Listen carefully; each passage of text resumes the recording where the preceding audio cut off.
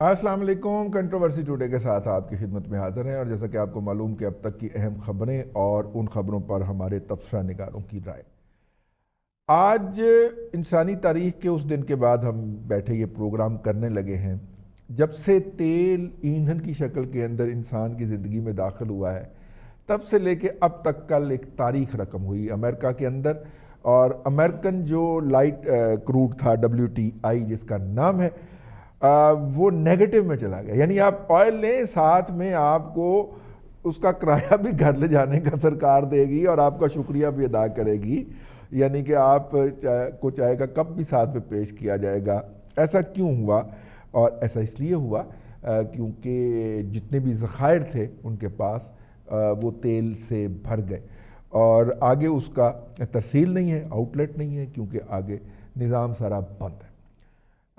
ظاہر ہے کہ سارے اس وقت چونکہ ایئر لائنز بند ہیں تو جیٹ فیول کا کچھ بھی نہیں ہے، تو اگر ریفائنریاں چلا بھی دی جائیں تو اس صورت کے اندر بھی جیٹ فیول یا وہ فیول جو استعمال نہیں ہو رہے وہ کہاں جائیں؟ وہ سٹوریج میں جائیں تو سٹوریج بھر گئے۔ سٹوریج کی ایک کیپیسٹی ہوتی ہے۔ عرب کے اندر اتنا زیادہ ڈکلائن نیگیٹو میں نہیں گیا، لیکن برنٹ میں اور امریکن جو WTI ہے اس میں ڈکلائن گیا اور نیگیٹو کے اندر مارکیٹ رہی۔ کیوں رہی ایسا؟ ایک بات۔ دوسری بات یہ ہے کہ پروڈکشن میں کمی کا جو معاہدہ ہے وہ 1 مئی سے امپلیمنٹ ہونے جا رہا ہے رشیا اور سعودی عرب کے درمیان۔ اس کے نتیجے میں جب پیداوار کم ہوگی تو پھر دیکھیں گے اس کے کیا اثرات آتے ہیں، لیکن اس سے پہلے یہ کرائسس آ گیا، دنیا بھر کے اندر اس وقت جاری ہے۔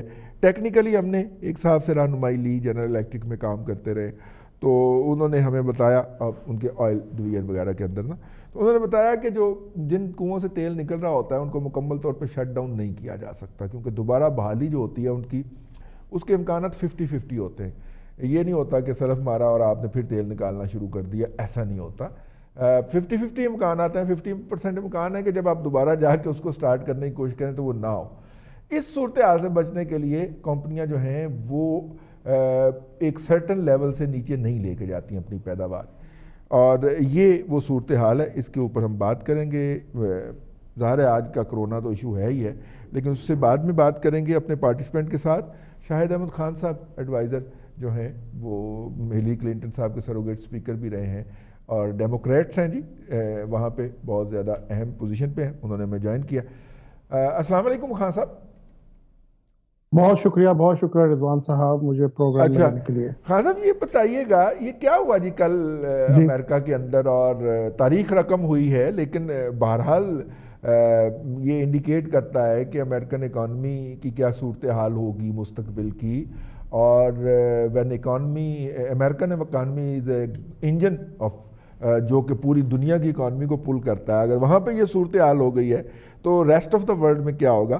تو پہلے تو جو آپ ایز اے اوپینین میکر وہاں پہ صورتحال کو دیکھ رہے ہیں، اس حوالے سے ہماری رہنمائی کرتے ہیں، یہ ہوا کیا ہے جی؟ دیکھیے، آپ کرائسس کی بات کر رہے ہیں تو وہ تو بیسیکلی اس وقت سپلائی اور ڈیمانڈ والا سلسلہ ہے۔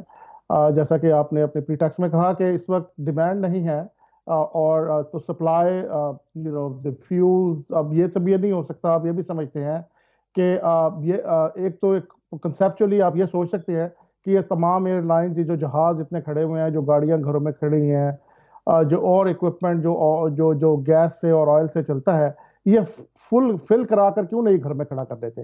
یا یہ جہاز یہ کیوں نہیں فل کیپیسٹی پہ فیول کو یوٹیلائز کریں اور سستا فیول لیں، تاکہ ایک سلسلہ تو جاری رہے، کیونکہ منیمم فلائٹ آپریشن تو جاری ہیں۔ یہ بھی نہیں ہو سکتا کیونکہ آپ یہ بھی سمجھتے ہیں کہ آئل کو سٹور بھی نہیں کیا جا سکتا اس طرح سے، کیونکہ وہ آئل اگر آپ جیٹ فیول کو سٹور کریں گے تو وہ پاکستانی ٹرم میں وارنش بن جائے گا، وہ وسکس ہو جائے گا، تو اس کو بھی نہیں کیا جا سکتا۔ تو اسے ہیوج کرائسس۔ لیکن یہ آپ دیکھ لیجئے کہ امریکہ کا جو کروڈ ہے وہ کل مائنس میں اس کی ٹریڈنگ ہوئی ہے، زیرو سے نیچے، جو کبھی لائف ٹائم میں نہیں ہوا۔ تو جیسے ہی حالات کچھ بہتری کی طرف جاتے ہیں اور فیول کی ڈیمانڈ شروع ہوتی ہے تو چیزیں کچھ تو نارمل ہوں گی، لیکن آئل پرائز جو ہے وہ اب وہاں نہیں جا سکتی جہاں پر وہ پہلے تھی، کیونکہ بہت دیکھیں نا کل $5 بیرل پہ کروڈ ٹریڈ ہوا ہے، تو اب آپ اندازہ کر لیں کہ ہم نے یہ سنا تھا کہ بریک ایون جو کاسٹ ہے سعودی عربیہ کے علاوہ، کیونکہ ان کی کاسٹ پروڈکشن لٹل لوور، وہ $40 بیرل کے قریب ہوتی ہے آن این ایوریج۔ اب اندازہ کریں اگر اتنی اس کی کاسٹ آف پروڈکشن ہے تو وہ $20 میں بھی ٹریڈ ہو رہا ہے، تو بڑا مشکل ہوگا سسٹین کرنا۔ آئل کی پروڈکشن کا یہ ہے کہ ہم بھی آئل گیس کے بزنس سے ہمارا بھی کچھ تعلق ہے۔ I serve on the board of American Energy Group, which is oil and gas company. تو وہ منیمم پہ ایک جو ویل جس سے ڈسکوری ہوئی ہے اس کو آپریٹ کرنا بھی ضروری ہوتا ہے، تو وہ بھی ایک ہیوج ایکسپینس جو آئل اینڈ گیس کمپنیز اس وقت برداشت کر رہی ہیں۔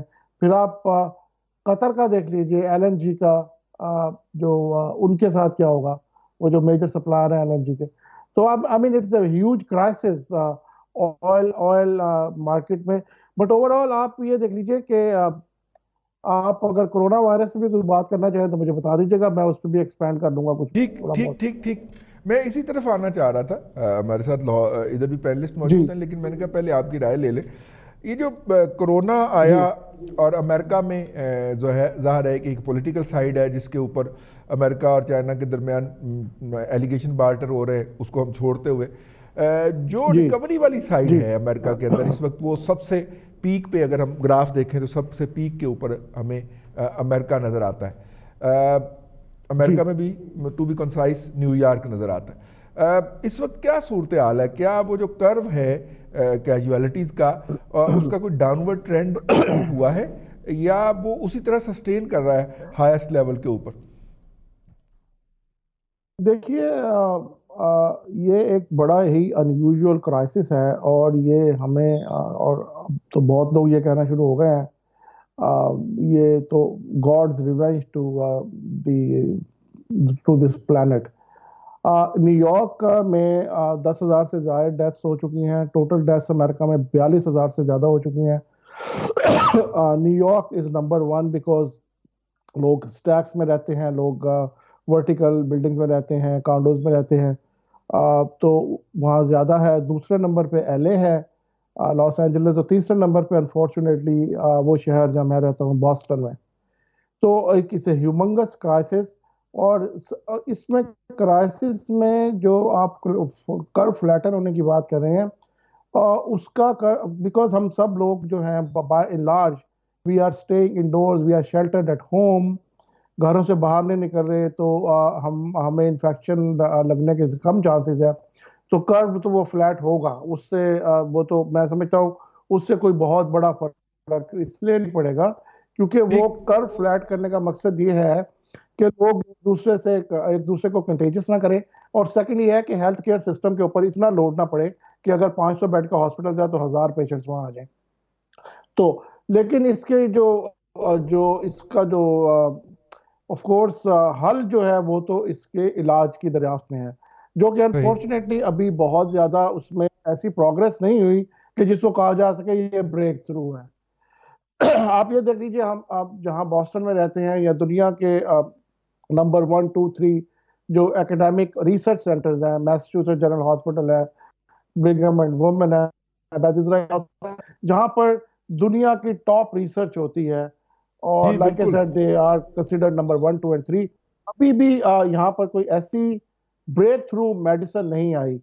ایک جو جیلیڈ فارماسیوٹیکلز کی جو ایک پرانی اینٹی وائرل ڈرگ ہے، اس کے ہیوی ٹرائلز ہو رہے ہیں اور اس میں سکسیس ریٹ نظر آ رہا ہے۔ لیکن ایک یہ بات بھی اس میں سمجھنے کی ہے کہ یہ کرونا وائرس کی جو فیملی ہے، اس والے جو نیا وائرس ہم جو دیکھ رہے ہیں، نوول کرونا وائرس اس کو کہہ رہے ہیں، اس میں بھی 8 قسم کے سٹرینز ہیں۔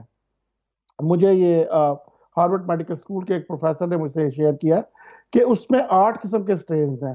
تو یہ مشکل ہو رہی ہے کہ اب آپ دیکھ لیجئے کتنی اس کی ویریشن ہے، کبھی اگر کوئی انفیکٹڈ ہو جائے تو 2 دن کے اندر ڈیتھ ہو جاتی ہے، کبھی لوگ 98% ریکور کر جاتے ہیں، تو اس سے اسٹرینز آر ڈفرینٹ.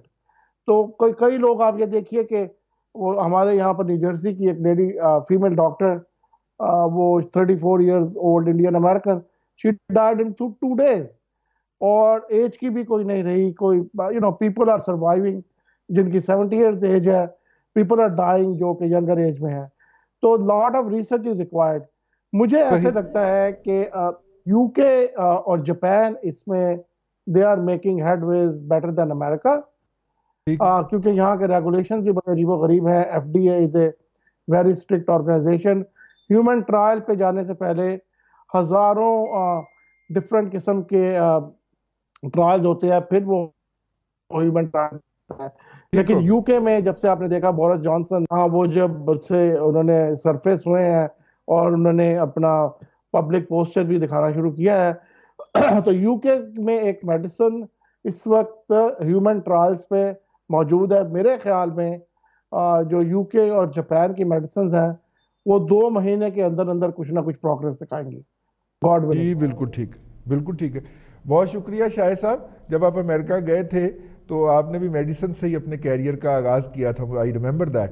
اور پھر آپ وہاں پہ اور انشاءاللہ آپ آئندہ جب آئیں گے پاکستان تو کرونا کی آپ نے ویکسین لے کے آنی ہے ہمارے لیے گفٹ کے طور پہ. جی بہت شکریہ شاہد احمد خان صاحب ہمیں جوائن کرنے کا اور ہمیں تازہ ترین اپڈیٹ دینے کا. امریکن مارکیٹ میں بوتھ کرونا اور آئل کے حوالے سے جو کچھ ہوا ہے وہاں پہ, اور آئل کے اندر امریکہ میں ہی نہیں جی کچھ ہوا, آئل کے اندر جو ہے وہ عرب میں بھی ہوا ہے جی. کل جو لاسٹ کلوزنگ عرب پینسولا کے آئل کی جو ہم دیکھتے ہیں وہ تقریباً $11 پر بیرل کے ارد گرد ہوئی ہے. یہ وہ جگہ ہے جہاں سے ہم خریدتے ہیں. تو چلیے اگر ہم خریدتے ہیں تو اس کا جو ہے اثر جو ہے وہ عوام الناس پہ بھی آنا چاہیے, اور کب آئے گا اس کے اوپر ہم بات کریں گے. اور آج کے پینلسٹ کا آپ کو تعارف کرواتے چلیں. خالد فاروقی صاحب ہمارے ساتھ موجود ہیں, ایڈیٹر ہیں جنگ گروپ کے, اور کالم نگار ہیں, تبصرہ نگار ہیں, اور سنجیدہ صحافیوں میں, اہل الرائے صحافیوں میں آپ کا شمار ہوتا ہے. خالد فاروقی صاحب بہت شکریہ آپ کا تشریف لانے کا.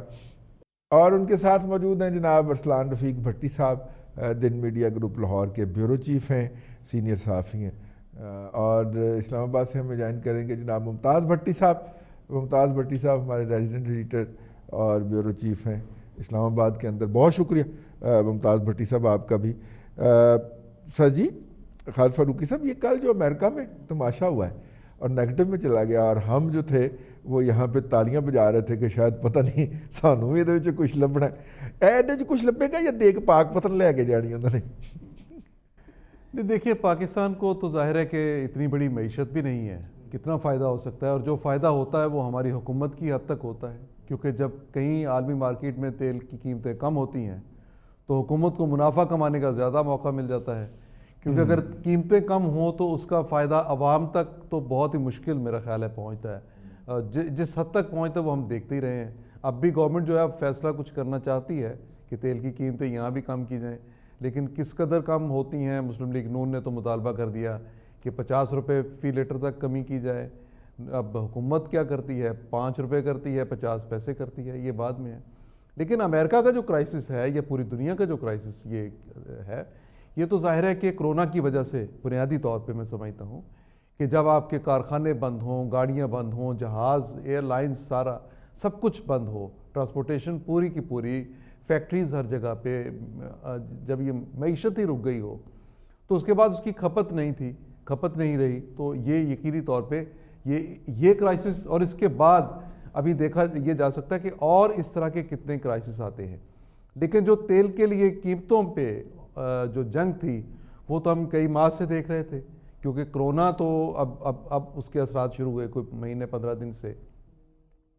لیکن رشیا کی اور سعودی عرب کی جو پرائس وار پہ جو سارا کچھ پیوٹن اور ایم بی ایس کی جو وار تھی, جی ہاں بالکل, تو وہ یہ بھی ہمیں پتہ ہے کہ اوپیک پلس بھی ایک بنا تھا.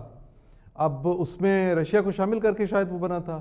پھر اس میں تیل کی جو پیداوار ہے اس کو کم کرنے کے لیے بات بھی ہوئی, اور یہ سارا کچھ میرا خیال ہے سعودی عرب جو کچھ کر رہا تھا اس میں وہ محض صرف اپنی جنگ نہیں لڑ رہا تھا, بلکہ وہ ٹرمپ کو یا امریکہ کو بچانے کی کوشش بھی کر رہا تھا، کیونکہ امریکہ میں جو شیل جو ان کی پیٹرولیم کی ساری انڈسٹری ہے وہ ساری اتنے لو پرائس پہ جانے کے بعد اس کی سروائیول نہیں تھی، جی $60 سے نیچے ہیں تو وہ نقصان میں چلے جاتے ہیں۔ مطلب آپ دیکھیں ٹرمپ صاحب نے خصوصی اقدامات لے کے اسے 0% کیا تھا، جبکہ امریکہ میں 2% انٹرسٹ ریٹ تھا، جی ہاں بالکل، اس شیل گیس انڈسٹری کو 0% کر دیا تھا۔ بالکل، اس کو بچانے کی سعودی عرب جو ہے وہ کوشش کر رہا تھا، اور ہم یہ سب جانتے ہیں کہ سعودی عرب اور امریکہ جو ہے یہ توانائی کے اس سیکٹر میں یعنی پیٹرولیم میں یہ بہت پرانے اتحادی ہیں۔ جب ہم پہلے بھی کئی بار اس کا ذکر شاید کر چکے ہیں کہ پیٹرو ڈالر کی جو ہم بات کرتے تھے تو یہ پیٹرو سعودی عرب کا اور ڈالر ان کا، اور یہ 70s کے بالکل آغاز میں یہ دونوں ملکوں کا یہ الائنس بنا تھا۔ تو اب بھی امریکہ کی معیشت کو اور اس کے توانائی سیکٹر کو پیٹرولیم کو بچانے کے لیے سعودی عرب نے رشیا کے ساتھ، اور رشیا بہت شرارتی ملک ہے، میرا خیال ہے کہ پیوٹن کی جو پالیسیز ہیں وہ کافی ڈسٹرب کرتی ہیں باقی دنیا کو اور ویسٹرن ورلڈ کو، اور امریکہ کو بھی بالخصوص کرتی رہی ہیں۔ صحیح۔ تو ان میں تیل کی جو پیداوار ہے اس پر کمی پر بہت زیادہ اختلاف تھا۔ صحیح۔ پہلے 2.1 ملین بیرل ڈیلی کی کٹوتی پہ اتفاق ہوا، اس کے بعد پھر 1 کروڑ بیرل جو ہے وہاں تک ان کی بات گئی، پھر اس کی پرائس پہ بات ہوئی، پھر اس پہ اتفاق نہ ہو سکا، تو پھر یہ سعودی عرب کی اور جو رشیا کی یہ جو ساری جو جنگ تھی وہ، اور اس کے بعد پھر کرونا اس پہ اثر انداز ہو گیا۔ لیکن اب مسئلہ تو یہ ہے کہ پاکستان تو شاید اس سے فائدہ نہیں، کرونا تو اوپر مرچیں اور مسالہ ڈالانا سارا کچھ اس پہ کر دیا، لیکن دنیا کی 2-3 بڑی معیشتیں جو ہیں اگر اسی طرح تیل کی قیمت کم رہتی ہے تو 3 معیشتیں دنیا کی بڑی ہیں، جن میں چائنا ہے، انڈیا ہے اور جرمنی، یہ تینوں اس سے فائدہ زیادہ اٹھائیں گے۔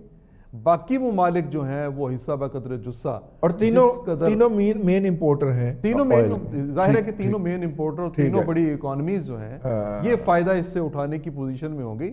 باقی پاکستان جیسے ملک ہماری اکانومی ظاہر ہے کمزور ہے۔ لیکن میں آج یہی بات سوچ رہا تھا، ایک انڈین سے آن لائن وہ ڈسکشن ہو رہی تھی، تو میں نے کہا آپ کیا فائدہ اٹھائیں گے بھائی، آگے آپ کا پہیہ چلے گا تو آپ فائدہ اٹھا پائیں گے نا۔ اصل بات تو یہ اور پہیہ آپ کیسے چلائیں گے؟ آپ کی جو ایکسپورٹیبل گڈز جہاں پہ جاتی ہیں وہاں پہ پرچیزنگ پاور ہوگی تو آپ کی ایکسپورٹیبل گڈز کا پہیہ چلے گا نا، تو یہ نئے ڈائنامکس آئیں گے۔ آپ چھوٹی سی آپ ایک بات صرف ایک لفظ کہہ دوں، پھر آپ کو یاد ہوگا کہ جب کسانوں کے پاس ایسی فصل ہو جس کا آگے خریدار کوئی نہ ہو تو وہ اپنی فصل جلا دیتے ہیں، اور ہم نے دیکھا کہ انڈیا میں جب کسانوں نے مظاہرے کیے تو انہوں نے دودھ وہاں سڑکوں پہ بہایا۔ پاکستان میں جب اس طرح کے کوئی مظاہرے ہوئے تو وہ یہ آلو کی فصل کو اور ٹماٹر کو اور وہ چیز سڑکوں پہ مارکیٹ میں کوئی قیمت نہیں وہ سڑکوں پہ لا کے، ایون پولٹری والوں نے انڈے پھینک دیے۔ تو یہ اس طرح کا، اور وہ بہت بڑا کھیل ہے وہاں پہ، اس طرح کا یہ معاملہ شروع۔ جی بالکل ٹھیک ہے، بھٹی صاحب کی طرف چلتے ہیں۔ بھٹی صاحب، دنیا کے اندر جو معیشت ہے اس کے جو شعبے ہیں، پیٹرولیم اس میں ایک شعبہ ہے، میڈیسن ایک دوسرا شعبہ ہے، اسٹیل ایک تیسرا شعبہ ہے، ٹھیک ہے، اور باقی یہ جو بنیادی شعبے ہیں مشکل سے آدھی درجن سے کم ہے، ان کے اوپر پھر آگے ان کی سب اکانومیز نکلتی ہیں۔ ایک جو میجر شعبہ ہے بھائی وہ کولیپس کر گیا ہے دنیا کے اندر، تو کیا ہم اس کے بعد اکانومی کے باقی حصوں کا بھی کولیپس دیکھیں گے، یا اس سے ہی کچھ لرن کر لیں گے دنیا کے جو لیڈرشپ ہے اس وقت اور آپس کی لڑائی چھوڑ دے گی؟ دیکھیں ڈیمیج تو آلموسٹ آپ کی میرا نہیں خیال کہ کوئی اکانومی کا ایک آدھ ایسا پارٹ ہو جو بچے، اوورآل ہی لگتا ہے کہ ایک بڑے پیمانے کے اوپر نہ صرف ریسیشن بلکہ آپ کہہ لیں کہ ایک اکنامک ڈکلائن ہوا ہے، اور اس کے نتیجے میں یہ جو وبا پھیلی ہے اور کمپنیز کی جو صورتحال ہے باہر، اور خالی آپ پاکستان کے صرف پاکستان کے حوالے سے آپ اگر حساب لگائیں تو آپ کے لاکھوں لوگ باہر جو ہے امپلائی تھے، اور یہاں پہ لوگوں کئی لاکھ گھروں کا جو تھا جو فارن ریمیٹنسز آتے تھے اور جو پیسے آتے تھے باہر سے، اس کے اوپر دار و مدار تھا۔ تو دیکھیں چھوٹے لیول سے لے کر بڑے لیول تک متاثر تو سارے شعبے ہوئے ہیں اور ہو رہے ہیں اور مزید ہوں گے۔ کہا یہ جا رہا ہے کہ جو پوسٹ کرونا ورلڈ ہوگی اور جو اکانومی ہوگی یہ انٹائر ایک ڈیفرنٹ نوعیت کی چیز ہوگی.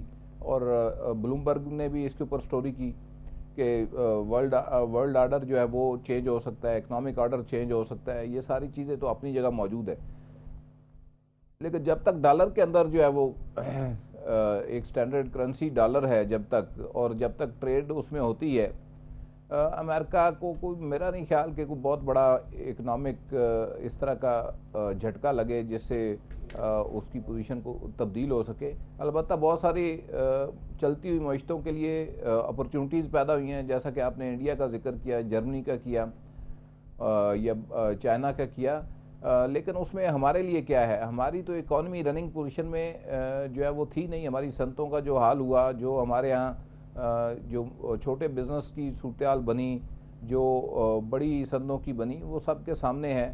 تو اپرچونٹی ہمارے لیے کیا ہے اس میں, وہ مجھے کوئی خاص ابھی تک دکھائی نہیں دیتی اس ساری صورتحال میں. لیکن رضوان صاحب, اس سے بڑی بات یہ ہے, یہ جو تیل والا معاملہ ہے, یہ مجھے ایک خدشہ ہے کہ کہیں ایک دفعہ پھر جو ہے دنیا کو کسی جنگ کی طرف نہ دھکیل دے, کیونکہ بیسیکلی جنگوں کا جو ماخذ ہوتا ہے یا وجہ ہوتی ہے وہ معیشت ہوتی ہے. اور اگر کوئی اتنا بڑا جھٹکا جیسا کہ نظر آ رہا ہے کہ لگنے جا رہا ہے, تو خدا نہ خواستہ یہ کسی ایک بڑے ڈیزاسٹر کی طرف لے کے جا سکتا ہے پوری دنیا کو, اور کوئی نئی کھینچا تانی. اور جس طرح سے انڈیا سے لے کر امریکہ تک اور جرمنی تک آوازیں چین کے خلاف اٹھنی شروع ہو گئی ہیں, تو یہ کوئی صورتحال اتنی بارکف اطمینان بخش نہیں ہے. تیل کے حوالے سے جو صورتحال ہے, اس سے ہماری معیشت کو کیا فائدہ ہوگا؟ میرا نہیں خیال کہ ایز اے انڈیویجول شاید کو قیمتیں کم ہونے سے آپ کو اور ہمیں لوگوں کو فائدہ ہو جائے, لیکن انڈسٹری کو کوئی فائدہ ہوتا ہوا دکھائی نہیں دیتا اس صورتحال کے اندر. کرائسس کے اندر ہے انڈسٹری, پھر آپ کی جو ایکسپورٹ ہے وہ پہلے بھی کم تھی, پھر اس صورتحال کے بعد تو نئے جب گراف آئے گا تو پتہ چلے گا, لیکن الارمنگ حد تک میرا خیال ہے. پھر ٹیکس کلیکشن کے اندر آپ کو مشکلات کا سامنا ہے, پھر اسے نپٹنے کے لیے جو آپ کے اقدامات ہیں اس کے لیے آپ کے پاس بہت زیادہ وسائل نہیں ہیں. پیسے شیسے آپ کو بھی ملیں گے صحیح, لیکن میرا نہیں خیال کہ یہ کوئی اتنی بڑی اماؤنٹ ہوگی جس سے آپ اکنامک ریوائیول کر سکیں ملک کے اندر. ابھی تو آپ کرائسس کے بارے میں سوچ رہے ہیں, کرائسس سے نپٹنے کے وسائل پیدا کر رہے ہیں اور ادھر ادھر سے اکٹھے کر رہے ہیں کہ کسی طرح ہم اس کرائسس, جیسا کہ آج پرائم منسٹر نے بھی یہ کہا کہ اس صورتحال میں بھوک جو ہے وہ سب سے بڑا مسئلہ ہے ہمارا, بیماری سے بھی بڑا. لاک ڈاؤن کی جو اصل وجہ بتائی جاتی ہے نرم کرنے کی, وہ بھی یہی بتائی جاتی ہے کہ مختلف جگہوں کے اوپر اس کا لا اینڈ آرڈر کا مسئلہ جو ہے وہ خراب ہو رہا تھا. تو میرا خیال ہے رضوان صاحب, اس کے اوپر ابھی ایزمپشنز یا اکنامک کوئی گراف بنانا جو ہے بڑا مشکل ہے کہ آنے والے دنوں میں کیا ہوگا. بہت ساری چیزیں تبدیل ہو سکتی ہیں اگر یہ لنگر آن ہوتا ہے. آج سنگاپور نے 1 جون تک کر دیا, کئی ممالک جو ہے وہ اس کو آگے بڑھا رہے ہیں, کئی ممالک جو ہے وہ نرم کر رہے ہیں لاک ڈاؤن کو. تو یہ وہ ساری صورتحال ہے جو لمحہ بلمحہ تبدیل ہو رہی ہے. آج پرائم منسٹر کے لیے گئے نمونہ جات, فیصل ایدھی سے ملاقات کے بعد ان کا پازیٹیو آیا, تو آج ان کے بھی اللہ کرے نیگیٹو آئے. پرائم منسٹر کے ارد گرد جو ہیں بڑی صاحب, پرائم منسٹر صاحب کے جو ارد گرد ہے جیسے مراد سعید صاحب, ان کا بھی کوئی ہوگا جی, یا صرف وہ پرائم منسٹر کے لیے گئے؟ دیکھیں, پرائم منسٹر کے تو آج سیمپلز لیے گئے ہیں اور باقی کابینہ کے اجلاس بھی ہوتے رہے ہیں, میٹنگز بھی ہوتی رہی ہیں. تو یہ تو اب اس کے بعد ہی پرائم منسٹر کا اللہ کرے جو سیمپل لیا گیا نیگیٹو آئے, اور اس کے بعد پھر فیصلہ ہوگا جو بھی اس کا رزلٹ آئے گا کہ کیا صورتحال بنتی ہے. لیکن ایک الارمنگ صورتحال ہے رضوان رضی صاحب ہماری سوسائٹی کے اندر, جو اس کو ہم اگلے سیگمنٹ میں یقیناً ڈسکس کریں گے. چلیں ہم اس کو اگلے سیگمنٹ میں ڈسکس کریں گے. ریوائیول پاکستان کا نظر نہیں آتا. بالکل ٹھیک ہے, آپ کو اکنامک ریوائیول پاکستان کا نظر نہیں آتا. بھٹی صاحب, ممتاز بھٹی صاحب, میری 2-3 انڈسٹریز سے ملاقات ہوئی اور میں نے ان کی گفتگو سے اندازہ لگایا کہ they are working on new project اور ایکسپینشن آف دا پروجیکٹ. میں نے کہا بھائی یہ آپ کیا کر رہے ہیں سر ان حالات میں, ہم تو دنیا کو بتا رہے ہیں کچھ نہیں ہو رہا. انہوں نے کہا جی کرنسی کی صورت کے اندر اپنا سرمایہ رکھنا اس وقت دنیا کا خطرناک ترین کام ہے. تو یا تو ہم پراپرٹی خرید لیں, یا آپ انڈسٹری کو ایکسپینڈ کر لیں, اپنی کیپیسٹی بڑھا لیں. بلیو یو می, پاکستان کے بڑے بڑے گروپس کے اندر ان کا شمار ہوتا ہے, اور ایک سے زائد ایسے لوگ ہیں, انہوں نے 5 نئے پروجیکٹس کے کام شروع کر دیا ہے. تو بھٹی صاحب تو کہہ رہے ہیں اکنامک ریوائول نظر نہیں آتا, مجھے تو ریوائول نظر آ رہا ہے, کیونکہ لوئسٹ سیلریز دے رہے ہیں ورکر کو, کوئی لا نہیں ہے, جس کو مرضی پکڑ کے نکال دیں کرونا کے بہانے سے, اور جس کو مرضی جتنی مرضی سیلری پہ رکھ لے. ایسی صورت میں تو انڈسٹریز کو وعدہ کھاتا ہے کہ وہ نئی انڈسٹری لگائے. یور ٹیک اسلام بھٹی صاحب. جی رئیس صاحب دیکھیں, بات یہ ہے کہ آپ جو بات کر رہے ہیں انڈسٹریلسٹ کی, انڈسٹریلسٹ بالکل ڈیفینیٹلی وہ کبھی بھی اپنا نقصان نہیں کرتا. اس کو اگر پین بنانے میں پیسے 2 روپے ملتے تھے اور پین کی اگر نب بنانے میں اس کو 1 روپیہ ملے گا, تو وہ یہ کرے گا, وہ نب بنانا شروع کر دیتا ہے کہ اس میں اس کو 1 روپیہ ملتا ہے اور اس کی حیصل کم ہو جاتی ہے, یعنی اس کی مشقت کم ہو جاتی ہے, تو وہ مشقت کم کی طرف جائے گا. اسی طرح اس کا سٹاف اگر 10 مشینیں لگا کر, اس کو اگر 10 بندوں کے ساتھ کام کرنا پڑتا ہے اور 15 مشینیں لگا کر 2 بندوں کے ساتھ کام کرنا پڑتا ہے, تو وہ 15 مشینیں لگا لیتا ہے. اور ڈیفینیٹلی پاکستان میں اب آنے والے دن میں پوری دنیا کی ظاہر ڈائنامکس چینج ہو جائیں گی. ہم کچھ حصہ کچھ ہم بہت اچھا کام کریں گے کم سے کم لوگوں کے ساتھ, یعنی وہ ورک سمارٹر ہو جائے گا, ورک ہارڈر نہیں ہوگا.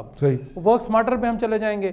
ہم کوشش یہی کر رہے ہیں, انڈسٹریلسٹ ہمارے جو ہیں وہ یہی کر رہے ہیں کہ جی مختلف پروجیکٹس وہ لگائیں جس میں ورک مشینیں زیادہ کریں, ان کی آؤٹ پٹ زیادہ ہو, اور بندوں کی تعداد جو ہے وہ کم سے کم رکھیں, کم سے کم ضرورت پڑے, کم سے کم ان کا ہیومن جو انٹریکشن اور ہیومن ہینڈ جو ہے, ہیومن ٹچ کم سے کم ہو جائے.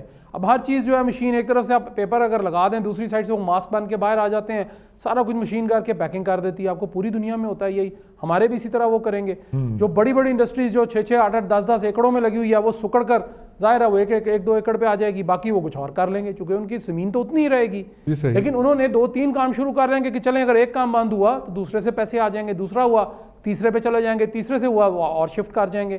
اور انڈسٹریلسٹ دیکھیں اسمارٹ آدمی ہوتا ہے, وہ کبھی بھی نہیں چاہے گا کہ اگر اس کو جتنا مرضی کرائسس آ جائے, وہ اپنا جو بیلنس شیٹ ہے نا, اس کی کوشش ہی ہوتی ہے کہ وہ بریک ایون پہ کم از کم رکھے. منافع نہ ملے لیکن بریک ایون پہ رکھے کہ جتنے لگے اتنے تو واپس آئیں نا. تو یہ وہی ان کی اسٹریٹجی ہوگی کہ وہ انڈسٹری جو بھی آپ کی جن سے بات ہوئی, اسی طرح چیمبر میں بہت سارے لوگ ہیں, وہ آلٹرنیٹ انڈسٹریز پہ جا رہے ہیں.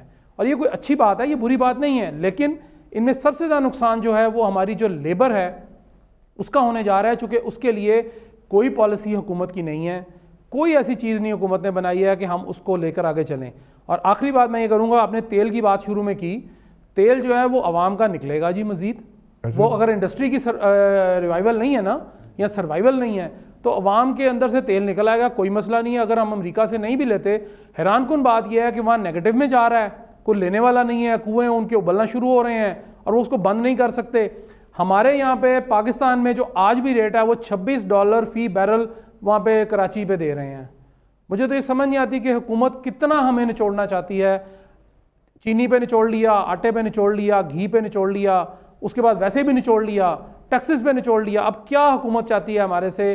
اگر ہمیں ریلیف مل بھی گیا نا ان کو, حکومت کو, ہمیں وہ پیٹرول کی پرائس 5-10, بالکل فاروقی صاحب نے درست فرمایا, یا تو چند روپے چند پیسے ہوں گے, کبھی بھی 50 روپے تو بڑی دور کی بات ہے, یہ 10-12 روپے سے اوپر نہیں جائیں گے. ابھی بھی ہمیں 100 کے قریب مل رہا ہے, جبکہ عالمی مارکیٹ میں آپ دیکھ لیں پچھلے, ہاں یکم مئی سے چونکہ پورے مہینے کی ایوریج نکال کے دیتے ہیں, تو ہو سکتا ہے کہ یکم مئی کو کوئی خوشخبری آ جائے, لیکن اس کا اثر جو ہے نا جی ڈاؤن دا اسٹریم جانا بڑا مشکل ہے. چند لوگوں کو فائدہ ہوگا, آپ کو فائدہ ہو جائے گا, چونکہ آپ کی گاڑی بڑی ہے, میری چھوٹی ہے, مجھے کیا فائدہ ہوگا. بالکل ٹھیک ہے. ابھی بریک پہ جا رہے ہیں جی, بریک سے واپس آئیں گے تو اس پہ بات کریں گے. ہمارے ایک بزرگ دوست ہیں اور وہ فیڈرل سیکرٹری پیٹرولیم رہے مشرف صاحب کے دور کے اندر, اور پھر OSD بنا دیے گئے, اور جتنی دیر تک مشرف صاحب رہے وہ OSD رہے. تو ان سے میں نے ایک دن برصغیر تذکرہ عرض کیا کہ کون سے بم کو آپ نے لات مار دی تھی. تو انہوں نے کہا کہ جو پاکستان کے اندر آئل پرائسنگ کا میکانزم تھا, آئل سپلائی پرائسز کا, جو کروڈ آئل ہمارے ہاں آتا ہے, جو باہر سے امپورٹ ہوتا ہے, اس میکانزم کو میں کوشچن کر بیٹھا تھا. 2 ان پہ قاتلانہ حملے ہوئے, اور دونوں کے اندر ایک میں انہیں ہاسپٹل بھی جانا پڑا, کافی دن وہ بے ہوشی میں بھی رہے, اور اس کے بعد پھر حکومت پاکستان نے ان کو OSD بنا دیا. وہ بیچارے OSD سے ہی ریٹائر ہو گئے. تو اتنے بڑے بڑے خوفناک مافیا ہیں جو پاکستان کے اندر آئل کی ٹریڈ اور پرائس کے ساتھ انوالو ہیں. اس لیے کسی مائی کے لال کی جرت نہیں ہے وہ پاکستان میں آئل پرائس کم کرنے کی بات کرے. ہم بھی وقفہ لے کے جا رہے ہیں.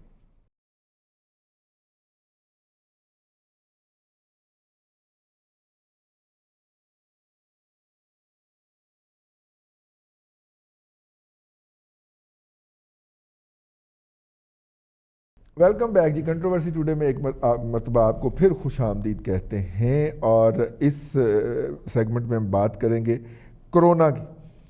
کرونا کا ہم نے جی سمارٹ لاک ڈاؤن کر دیا ہے. بھٹی صاحب، ممتاز بھٹی صاحب، اس پروگرام میں جیسے ہم تینوں جو ہیں وہ کافی صحت مند ہیں اور فاروقی صاحب بہت سمارٹ آدمی ہیں، تو ہم نے بھی سمارٹ بلکہ سمارٹسٹ لاک ڈاؤن کر دیا ہے، جس کے تحت لوگ جو ہیں وہ لوڑ سڑکوں پہ نکل آئے ہیں، اور کرونا کی کیجویلٹیز کی تعداد میں بہت زیادہ جسے کہنا چاہیے وہ اضافہ ہو گیا. آپ نے کل بھی نشاندہی کی تھی. ہم بھٹی صاحب کس طرف جا رہے ہیں؟ رضوان صاحب، آج کے جو پچھلے 24 گھنٹے کے کیسز تھے اموات کے، انفارچونیٹلی 17 تھے. 16 17 یہ آپ کی ریشو جا رہی ہے اس وقت پچھلے 4-5 دن سے، اور جو آپ کے پاس پازیٹیو کیسز ہیں وہ آلموسٹ 10,000 کے لگ بھگ پہنچ چکے ہیں. ابھی جو میسو ٹیسٹنگ ہے اس کا باقی، ابھی آپ 3,000 3,000 ڈیلی تک پہنچے ہیں جو ٹیسٹ آپ کے ہو رہے ہیں. تو اس ساری صورتحال کے اندر جو پکچر ہے وہ بڑی کلیئر ہے، اور خدا نہ کرے کہ اسی گراف کے مطابق جو ہے وہ چیزیں آگے چلتی جائیں. یہ معاملہ جو ہے وہ کافی خراب ہو سکتا ہے. اب رہ گئی بات کہ جی لاک ڈاؤن جنہوں نے اٹھایا ہے یا کم کیا ہے یا سمارٹ بنایا ہے، ان کے پاس اپنی لاجکس ہے. ان کا خیال ہے کہ اکانومی کا چلنا بھی بڑا ضروری ہے، اور دیہڑی دار کا بھی مسئلہ ہے، اور دوسرے تیسرے مسائل ہیں جس کی وجہ سے لا اینڈ آرڈر بھی ایک مسئلہ بن رہا تھا. تو بیسیکلی تو دیکھیں، ایک ایسی سچویشن ہے جس میں ریاست جو ہے وہ اور ایگزیکٹو اس پوزیشن میں نہیں ہے کہ وہ اپنے عوام کا بوجھ اٹھا سکے اس سارے معاملے کے اندر، ورنہ کسی صورت لاک ڈاؤن ختم کرنا یا اس کو نرم کرنا جو ہے وہ بنتا نہیں تھا. سرحدوں کی صورتحال یہ ہے کہ پھر سے جو مودی سرکار ہے اس کو دورہ چڑھا ہے، اور انہوں نے چھٹیاں بھی منسوخ کر دی ہیں اپنی آرمی پرسنلز کی، اور جو ریزرو ہیں وہ بھی بلا رہے ہیں. پھر گولہ باری اور فائرنگ کا سلسلہ بھی جو ہے وہ جاری ہے. تو یہ وہ سارا کرائسس ہے جس کا ریجن کو، پوری دنیا کو مقبوضہ کشمیر کے اندر جو وہاں پہ کشمیری مجاہدین کا جو جہاد ہے، جس کے اندر ایک بریک آیا تھا، وہ بریک بھی ختم ہوتا ہوا نظر آ رہا ہے. اب وہاں پہ مختلف جگہوں پہ کاروائیاں بھی ہو رہی ہیں، ان کی فوج کے بڑے آفیسر بھی مارے جاتے ہیں. اب انہیں کرونا کا ہتھیار مل گیا ہے، وہ اس کرونا کے تحت وہاں کی جو ہے وہ اپنی ساری وہ کاروائیاں کر رہے ہیں. دیکھیں نا، جب گھروں میں گھس کے لوگوں کو مار رہے تھے اور لاک ڈاؤن تھا، لوگوں کو ہلنے نہیں دیا جا رہا تھا، کرفیو لگایا ہوا تھا، آبادی کم، فوج زیادہ، تو پھر جب آپ اس طرح کریں گے تو اس کا ایک ری ایکشن تو جنریٹ ہوگا نا. یہ تو ہو نہیں سکتا رضوان رئی صاحب کہ آپ مارتے جائیں اور لوگ خاموشی سے مرتے جائیں اور آگے سے بولے بھی نہیں. تو اب وہ جب ری ایکشن آئے گا یا آ رہا ہے تو اس کو ایک نئی جنگ کی طرف جو ہے وہ اس کا رخ جو ہے انہوں نے کر دیا ہے، اور الارمنگ صورتحال پیدا کی ہوئی ہے. پوری دنیا کرونا سے لڑ رہی ہے، اور یہ جو ہے اپنے تعصب اور اپنی جو ایک ہندوتا مائنڈ سیٹ ہے یہ اس میں سے باہر نہیں نکل پا رہے. تو دیکھیں، حالانکہ ان کی آبادی کے حساب سے اگر دیکھا جائے تو خدا نہ خواستہ اگر وہاں پہ صورتحال خراب ہوتی ہے تو پھر کیا ہوگا. یہ ان کو پلاننگ تو اس کی کرنی چاہیے. بارکیف یہ اب وہی بہتر جانتے ہیں، اور جس طرح ان کا میڈیا لگا ہوا ہے کہ جس طرح آج فیک نیوز عمران خان کے حوالے سے چلا دی، ان کی فیملی کے حوالے سے چلا دی، پہلے کرتارپورہ کے اوپر جو ہے وہ ڈرامہ کیا. تو یہ سارا جو ہے وہ ایک مخصوص اس کو جو اصل مسئلہ ہے اس کو پیچھے لے جانے کے لیے اپنے عوام کو گمراہ کرنے کے اوپر لگے ہوئے ہیں. لیکن اس کے علاوہ دیکھیں، جو آپ کی انٹرنیشنل رپورٹس آ رہی ہیں نا رضوان رئی صاحب، ایک تو یہ ہے کہ جو ہم اپنا ایک گراف بنا کے بیٹھے اور روز ہماری حکومت یا صوبائی وزراء جو ہے وفاقی وزراء بیٹھ کے ہمیں کہہ دیتے ہیں.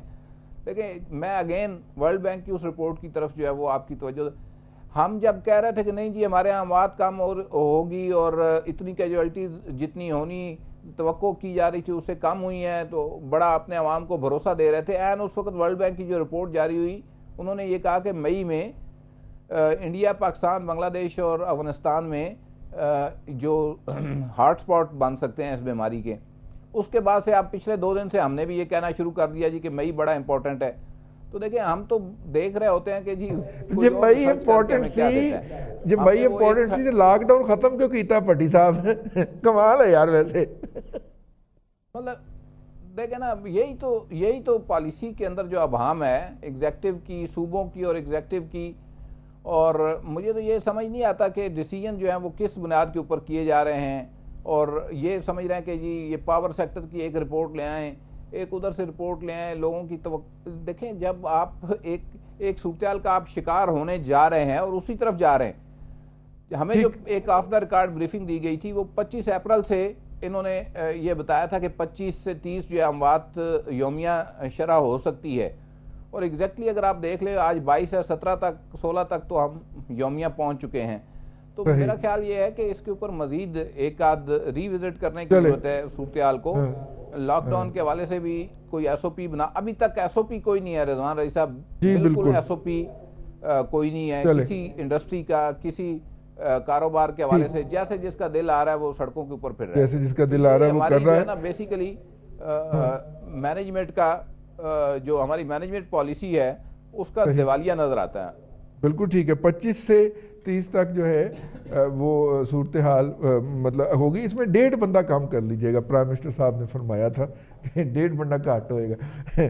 فاروقی صاحب دیکھیے اس وقت جو بھی صورتحال ہے کرونا کے حوالے سے ہماری جو ہے, ہم بڑے آرام سے ایک سٹیٹمنٹ تو دے دیتے ہیں کہ جناب نیشنل پالیسی ہی کوئی نہیں ہے, اور ظاہر ہے کہ سامنے ہمارے پولیٹیکل گورنمنٹ ہوتی ہے جس کو ہم متون کر کے اپنا کام کر کے گھر چلے جاتے ہیں اور جا کے سو جاتے ہیں. اور حالانکہ نہ ان بیچاروں کے بس میں کوئی ہے, نہ ان کی کوئی سنتا ہے, نہ ان کی کوئی مانتا ہے. اگر مانتا ہوتا تو مطلب کہ پرائم منسٹر کو بیچارے کو خود کو وہ ماسک نہیں ملا. پنجاب کی وزیر جو ہیں صحت کی راشمین راشد کے پاس خود ماسک نہیں ہے بھئی, یہ بغیر ماسک کے گھوم رہے ہیں بھائی. تو ایسی صورت میں تو ان بیچاروں کی اتنی تو شنوائی ہے, تو ہم کیا ان سے توقعات لگاتے ہیں, کیوں ان پہ تنقید کرتے ہیں؟ نہیں دیکھیے خیر یہ تو میرا خیال آپ شاید ہلکے پھلکے انداز میں ایک بات کر رہے ہیں. گورنمنٹ کی جو ایک ول تھی اور گورنمنٹ کی جو کیپیسٹی ہے, مجھے ان دونوں پہ شک ہے.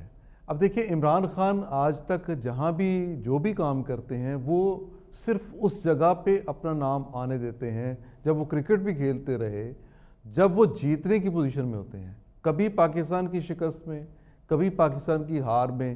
وہ کسی نے پچھلے دنوں سوشل میڈیا پہ کہا کہ ورلڈ کپ میں جتنے میچز ہوئے تھے ان میں ٹوٹل کپتان صاحب کی یہ پرفارمنس تھی, جتنے رنز انہوں نے کیے تھے اس میچ میں ان کی بہت منیمم تھی, بہت منیمم رہی. لیکن جب جیت کی باری آئی تو ان کا نام سب سے اوپر رہا. اب بھی یہ ہے کہ عمران خان کی کامیابی یہ ہے کہ انہوں نے قوم کو یہ پتہ ہی نہیں چلنے دیا کہ وہ لاک ڈاؤن کے مخالف ہیں یا اس کے حمایتی ہیں. وہ کبھی ایک بات کہہ دیتے ہیں, کبھی دوسری بات کہتے ہیں. جہاں پہ فائدہ ہو گیا وہ عمران خان کا سکہ ہوگا. سو ایک بات تو یہ ہے. دوسری چیز یہ ہے کہ ہماری سٹیٹ جو ہے اس کی ریٹ باقی معاملات میں کتنی رہی ہے. جن لوگوں پہ آپ نے کبھی ہاتھ ڈالا, جن لوگوں کو آپ نے کبھی روکنے کی کوشش کی, کیا وہ آپ کے کہنے پہ رکتے ہیں؟ اب دیکھیے سٹیٹ کا کام یہ تھا کہ وہ اپنا ایک قانون منظور نہیں بلکہ اپنا قانون جو ہے جو اپلائی کرنا چاہتی ہے وہ اس کو منواتی.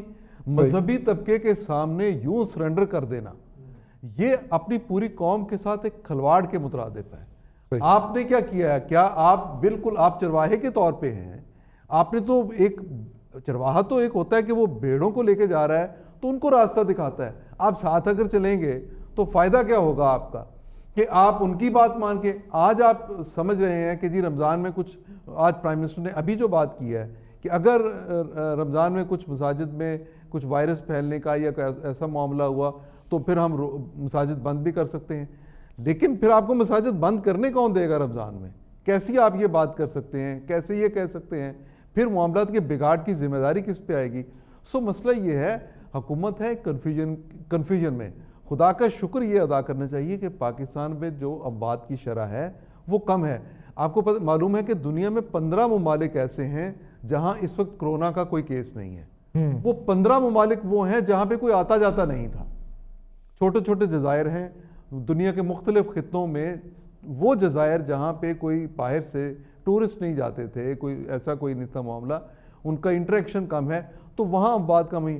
پاکستان میں اموات جو ہیں یہ کم ہونے کی یا وائرس کم پھیلنے کی، لیکن اس کے باوجود میں سمجھتا ہوں کہ اگرچہ جو ہم کہتے ہیں کہ کیونکہ یہاں پہ ٹورسٹ وغیرہ کم آتے تھے، لیکن جب ایران والا معاملہ ہوا، جب سعودی عرب والا معاملہ ہوا یا عمرہ کا معاملہ ہوا، اور اس کے نتیجے میں جس طرح سے ہمارے لوگ یورپ سے کچھ آئے تو یہاں وائرس پھیل گیا. اب اس کو کنٹرول کرنے کی جو حکومت کے پاس ابیلٹی ہے وہ اس میں ہر جگہ پہ ہتھیار ڈال دیتے ہیں. فاروقی صاحب مرید کے سے لے کے اور جہلم تک یہ جو ہماری پٹی ہے، جی ہاں، اس میں تو سارے یورپ سے آئے نا جی، اس میں سعودی عرب یا ایران کو تو وہ دیکھیے نا شمار کہ ہی نہ کریں. وہ کس جگہ پہ کون کون شخص گیا، کیسے گیا، تو ان کا علاج ہم کہاں پہ کر رہے ہیں، کیا ہماری ٹیسٹنگ کیپیسٹی کتنی ہے، جس کی ہم خوشخبری ہم دوسرے ہر چوتھے دن بتا دیتے ہیں جی ہماری کیپیسٹی بڑھ گئی ہے، کس حد تک بڑھ گئی ہے، اور جتنے پیشنٹ اب بڑھنے شروع ہوئے ہیں 200 سے زیادہ ہو گئے ہیں.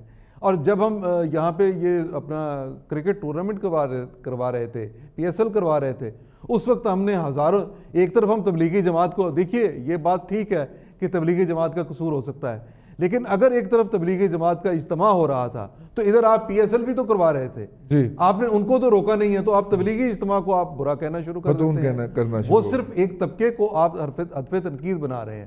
آپ نے اپنی حکومت کی کارکردگی نہیں دیکھی، آپ نے لوگوں کو اجتماع کا اسی طرح موقع دیا. اب بھی جس طرح سے لاک ڈاؤن کو نرم کیا جا رہا ہے، اس پہ آج بھی جو ورلڈ ہیلتھ آرگنائزیشن ہے اس کی طرف سے وارننگ آئی ہے. میرے خیال کے مطابق باقی باتیں ساری اپنی جگہ پہ، لیکن حکومت کو اس معاملے میں اسٹرکٹ پالیسی اختیار کرنی چاہیے. یہ 15 دن 20 دن 1 مہینہ جیسے ہم نے پہلے 1 مہینہ گزارا ہے، 1.5 مہینہ گزارا ہے، اسی طرح سے 15-20 دن اور گزر جائیں گے. کوئی یہاں طوفان نہیں آنے والا. دیکھیے پاکستان ایک ایسا ملک ہے جہاں پہ آج بھی میں آپ کو بتاؤں 85% یہاں پہ چانسز یہ ہیں کہ یہاں پہ لوگوں کے لیے کوئی اتنا بڑا رسک نہیں خوراک کا بن رہا جس میں ہم یہ کہیں کہ لوگ بھوکے مریں گے اور لوگوں کے پاس کھانے کے لیے کچھ نہیں ہوگا. غربت ہے، غربت پہلے بھی تھی، اب غربت کے اثرات آپ کو بھگتنا ہمیشہ سے پڑتے ہیں، لیکن آپ اس معاملے میں اس کو اتنا ایزی نہ لیں، بلکہ لاک ڈاؤن بھی آپ کا رہنا چاہیے. جتنا آپ کر سکتے ہیں اس کو سلولی کریں، ان فیکٹریز کے لیے صرف کریں جہاں پہ ڈسپلن میں آپ رہ کے کام کر سکتے ہیں، ورنہ میرا خیال ہے کہ اس کا نقصان ہوگا. 8 لیبارٹریاں بھٹی صاحب بنائی تھیں ہمارے عثمان بزدار نے، اور بڑا اس کے اوپر یوتھیوں نے سوشل میڈیا پہ دھمالیں بھی ڈالی تھی. وہ ٹیسٹ کرنا شروع ہو گئی بھٹی صاحب. رئیس صاحب وہ 8 لیبارٹریاں ماضی میں پاکستان مسلم لیگ نواز نے بنائی تھیں، انہوں نے اس میں ایکوپمنٹ بھی لگایا، اچھا اس میں ہر طرح کی فیسلٹیز بھی دیں. جب آپ کو عام ہسپتال میں پیناڈول کی گولی ملنا مشکل ہو گئی ہے، آپ کو وہ جو کیا ہوتے ہیں ٹیٹنس کے انجیکشن آپ کو بازار سے لینا پڑتے ہیں، تو وہ لیبارٹریاں کس طرح فنکشن کریں گی؟ آپ نے ان کو کٹس تو دینی ہے نا، ٹیسٹ کرنے کے لیے ٹیسٹ کیسے کرانا ہے آپ نے لیب سے؟ نہیں کٹس کا ذکر نہ کیجیے گا، ٹیسٹنگ کٹس کی بات کر رہا ہوں میں، پروٹیکٹیو گیئرز کی بات نہیں کر رہا. وہ پروٹیکٹیو لباس جو پہنتے ہیں میں اس کی بات نہیں کر رہا، ٹھیک ہو گیا. میں بات کر رہا ہوں جی جن سے ٹیسٹ ہونا ہے، جو ایک بڑا سا اتنا وہ ہوتا ہے ڈبا سا، اس کے اندر کوئی تقریباً 20 یا 22 ٹیسٹ ہو سکتے ہیں. جی ٹھیک ہے. وہ چھوٹے چھوٹے اس میں وائلز ہوتے ہیں جس میں اندر وہ پتہ نہیں وہ خون میں ملا کے چیک کرتے ہیں. اس کے بعد وہ ٹیسٹنگ کٹس آنی تھیں. ٹیسٹنگ کٹس آئیں گی تو 8 لیبارٹریز فنکشن کریں گی نا. پی کے ایل آئی کے اندر ہیں، وہاں چیزیں موجود ہیں، سارا کچھ ہے، اسٹیٹ آف دا آرٹ چیز وہاں پہ پڑی ہے، بنائی ہے، اور عوام کے پیسے سے بنی ہے، وہ کسی کے والد صاحب کے پیسے سے نہیں بنی ہے، صحیح، وہ میرے آپ کے ٹیکس کے پیسے سے بنی ہے. اچھا ہمیں تو پتہ چلا جیسے یوتھیوں نے بنائی. لیکن وہاں پہ اگر آپ سرنج نہیں دیں گے تو مجھے یہ بتائیے کہ اس کے اندر دوائی نہیں دیں گے تو اس سرنج کا کوئی فائدہ نہیں ہے، اور اگر دوائی دے دیں گے تو سرنج نہیں دیں گے تو اس کا دوائی کا کوئی فائدہ نہیں ہے. ٹھیک ہے، سرنج لگانی ہے نا جی، اس کا انجیکشن مجھے لگے گا تو مجھے بہتری ہوگی نا میری صحت میں. اگر میں ہاتھ میں وہ ڈبی لے کے پھرتا رہوں گا تو وہ لیبارٹریز تو فنکشنل نہیں ہوئی. بالکل ٹھیک ہے. دوسری بات جو ہے آپ نے بات کی، لیکن وہ جو ہے اپنے دوستوں کی لیبارٹری تو فنکشن ہے نا، جی انہوں نے 20-25 کروڑ روپیہ کما لیا جی اتنے دنوں میں، کوئی مسئلہ نہیں ہے. وہ بالکل انہوں نے اتنا بڑا پلازا بنایا ہے، میں تو حیران ہوں. جب جیل روڈ سے آپ گزرتے ہیں تو بڑی خوبصورت، اور اس میں تو لائٹس اتنی زیادہ ہو گئی ہیں، پتہ نہیں بجلی کا بل کیسے دیتے ہیں وہ اتنا تو بڑا. ابھی بھی بہت آپ کے اور میرے خون چوس کے دیتے ہیں جی. آگے کنٹینیو کیجئے. اب اس میں یہی ہے، اسی طرح شوکت خانم پہ ٹیسٹ ہو رہا ہے، state of the art lab ان کی ڈیفینیٹلی ہے، وہ کینسر پیشنٹس کو ٹریٹ کرتے ہیں تو ڈیفینیٹلی ان کے پاس ہے. تیسری جو ہے وہ آغا خان ہے، وہ بیچارے سندھ والوں کا آپ نے حال دیکھ لیا ہے، انہوں نے ہاتھ کھینچ لیا یہاں سے. وہ کہتے ہیں جی جو کرنا ہے جناب اسلام آباد سے آرڈر آئے گا تو ہم کر دیں گے. اب رہی بات کہ فیصلے کون کر رہا ہے, کون دیکھ رہا ہے, کیا ہو رہے ہیں.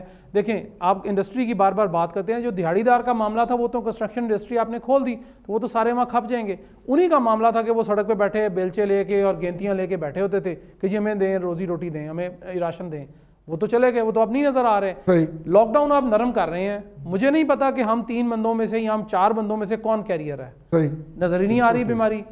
خدا نہ خواستہ اگر کوئی ہے تو ہم یہاں اکٹھے ہیں, ہم نے ہاتھ نہیں ملایا, بالکل ٹھیک ہے, سوشل ڈسٹنس ہم نے مینٹین کیا, لیکن آپ بازاروں میں چلے جائیں, جنرل سٹورز پہ چلے جائیں, آپ سڑک پہ چلے جائیں, آپ کسی چوک میں جا کے کھڑے ہو جائیں, آپ کو اتنا رش ہے کہ روٹین سے زیادہ رش ہو گیا یہاں پہ.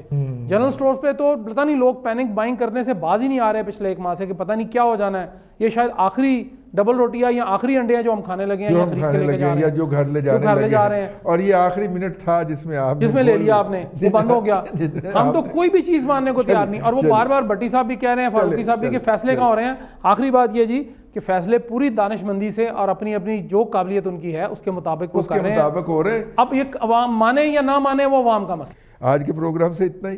چاروں صاحب کا بہت شکریہ ہمارے پروگرام کو جوائن کرنے کا. کل پھر ملاقات ہوگی آپ کے ساتھ. اپنا خیال رکھیے گا. اللہ حافظ.